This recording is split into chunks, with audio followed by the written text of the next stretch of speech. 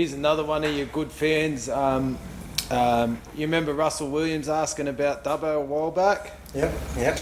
He's got a good question for you. Hey, Sam and Lee, thanks for answering my question about Dubbo from a while back. I have a new question for Lee. Who was your biggest idol growing up? I assume it was someone like Arnold Schwarzenegger, but you never know. I'm only 18, so you'd assume my favourite is a current pro.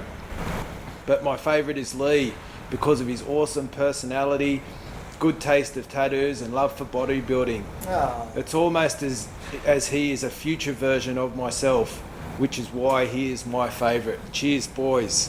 Yeah. Well, growing up was pretty much my grandfather. So my grandfather got me into it, and I just liked the way my grandfather was. He loved everyone, helped everyone, and like I said, he didn't care if you were black, white, blue, purple. He helped everybody out. So it's probably him. And as far as bodybuilders, yeah, I liked Arnold, but I didn't really have a bodybuilding someone that I looked up to. It's like I said, I liked Tom Platz's legs. I might have liked Arnold's biceps. I might have liked, somebody else's chest and somebody else's waist. So it's like, actually, like I said, I just preferred the He-Man cartoon. So probably the He-Man cartoon was my idol over everyone. So yeah, I never really had a bodybuilder that I actually said this is the one. But Tom Platz might have come closest to it because he looked like a sort of He-Man cartoon character with the blonde hair he had back in the day and being short and stocky, the big legs and pretty thick upper body. So yeah, a lot of people say Arnold, but I like what Arnold did for the sport and made it more mainstream with pumping iron and getting into the movies. But no, my grandfather would have been my biggest influence. Well, that leads me on to another question, and this one's from Mad Wiener. So I don't know if that's his real name. Please ask Lee what he thinks of Bill Pearl. Was he ever an inspiration for him? Never an inspiration, but very nice guy. A few of the Arnold Classics, Bill Pearl would be there with his wife. She'd always come and watch the show. And then I remember, I was after the Ironman.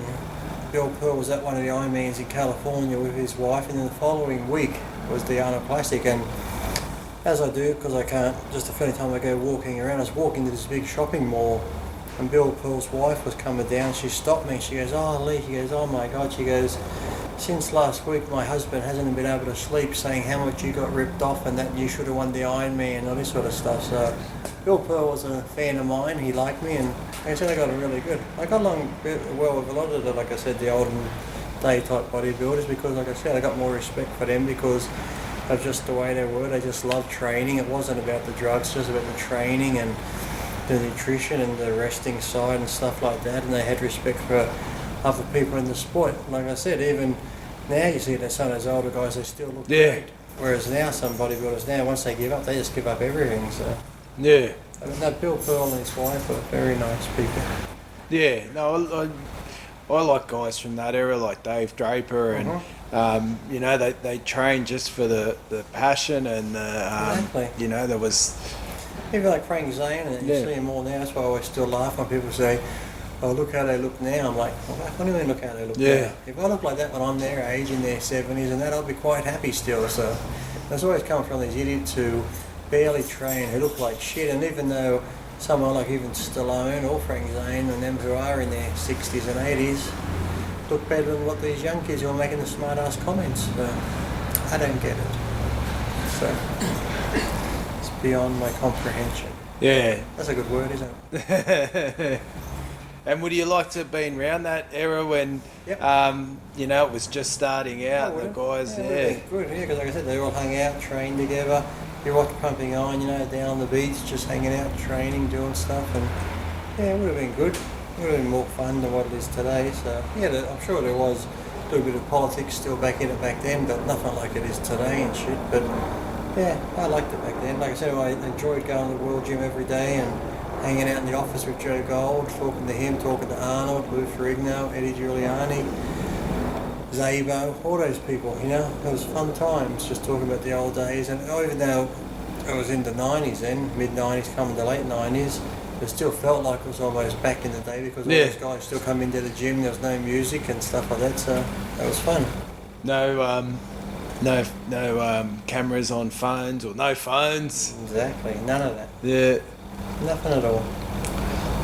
No, that's I just posted your 775-pound squat video last night, and someone said, "Oh, that Mark Bell said that if it's not on film, it wasn't done as far as lifts are concerned."